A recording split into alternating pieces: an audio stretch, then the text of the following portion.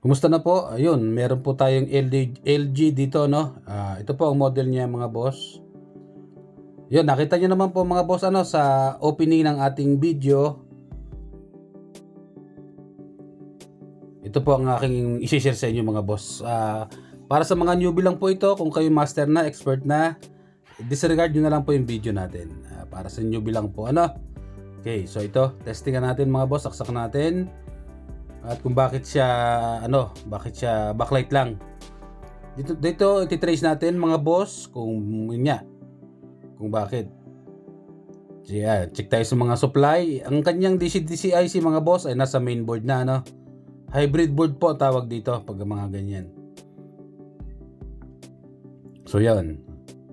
Okay, so meron tayong 13.1 volts, mga boss. Input supply po niya yan, para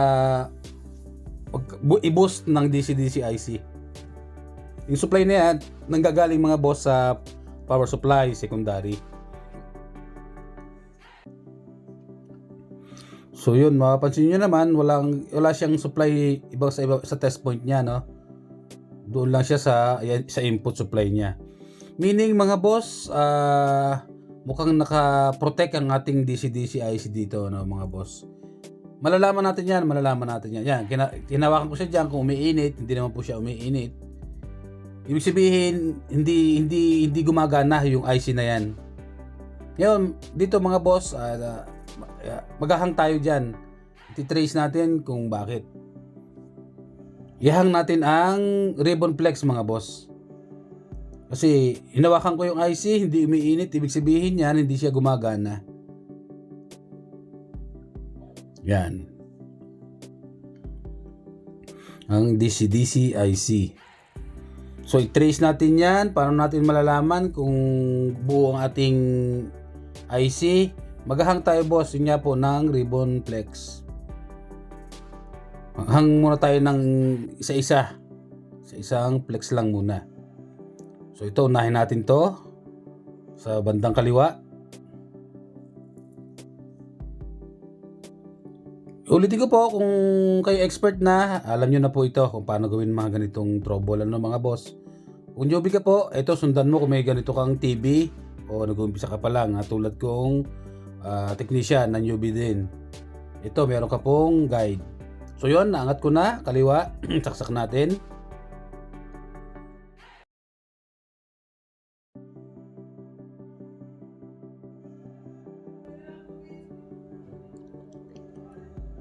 Okay, so yan.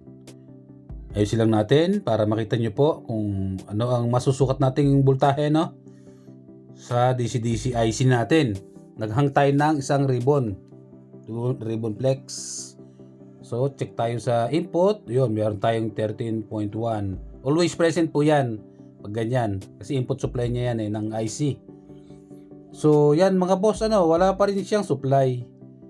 Hindi pa rin siya nag-boost yung IC na ating DC-DC IC. Meaning, may ibang problema pa rin po ito. Ang ating main board, ang ating IC. Naghang na tayo ng kaliwa. So, babalik natin yung kaliwa, hang naman natin yung sa kanan.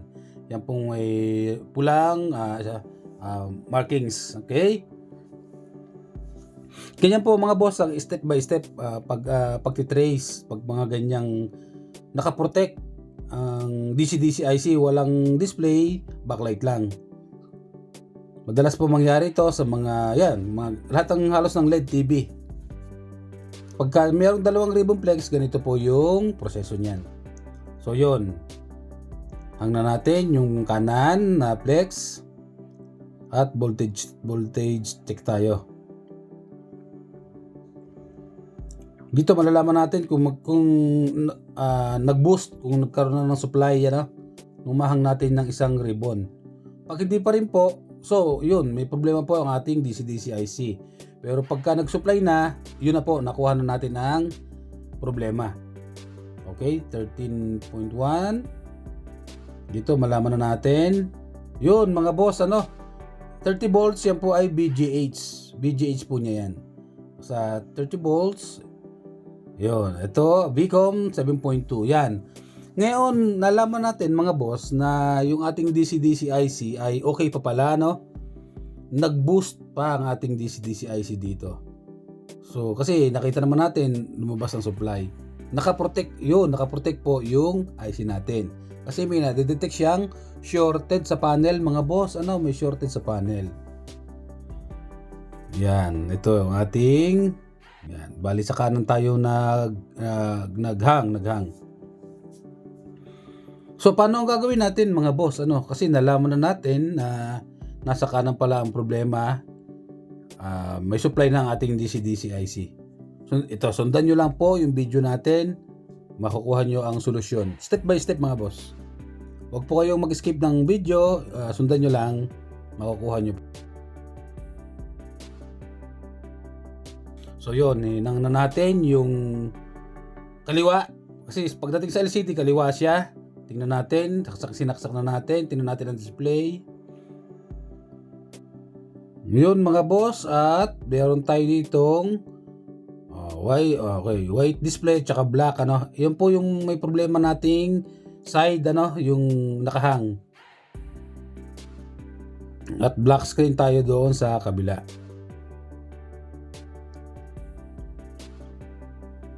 Ito mga boss, ito ang gagawin natin, tape method mga boss. Ito po ang magandang solusyon para di na kayo mag-cutting, i-tape method nyo po. Ayan po ang aking binlock mga boss, first attempt. Yun. Tape method po mga boss. Magmula po sa dulo, 1 to 22 pins, nag-block ako dyan.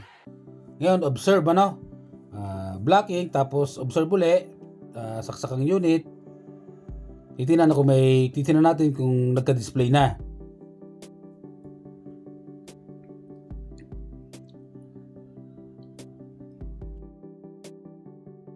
Umilaw na ang ating backlight mga boss. Ito malalaman natin kung display na ang ating nung nag-block tayo, At wala pa rin mga boss, wala pa rin siyang display, blank pa rin nung nablock natin. So meaning niyan mga boss, magbabawas tayo ng blocking, babawasan po natin yung tape. Yan, dito sundan nyo lang po. Ayan, malalaman nyo step by step nga po ito para makakuha kayo ng idea. Yan mga boss, ito po ang ginawa ko, nag-block ako 1 to 15 pins. Second attempt po natin to, second attempt. Okay.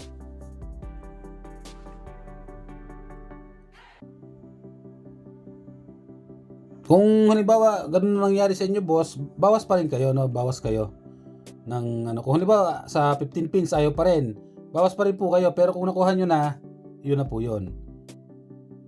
So ako 15 pins ang aking binlock. So yan mga boss.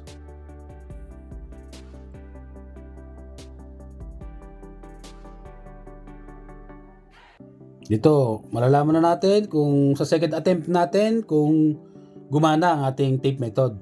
Kung success ba, malalaman na natin. 15 pins, black. Sundan nyo lang po yung ating video, yung picture kung pinakita, pinala sa screen, sa video natin, yan po yung guide. Dito, tingnan natin kung okay na ba. Yun mga boss, nag-display na po at buo na ang ating picture dito. At yan, mapapansin nyo mga boss, malinis. Paano malinis? Yung wala siyang guhit-guhit, walang stripe na maliliit. Sabihin po yung pag-blocking natin ay tama po yun, 1 to 15 pins. Okay, dito testing tayo mga boss. Okay, nakuha na natin ang ang sira ng sa blocking. So yan, final testing tayo mga boss. Dito malalaman natin kung may flicker ba. Wala mga boss, wala siyang flicker, wala siyang double image. Yun nga po, flicker.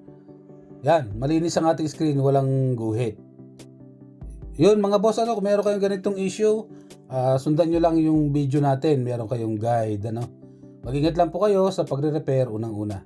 Salamat po sa panonood mga boss.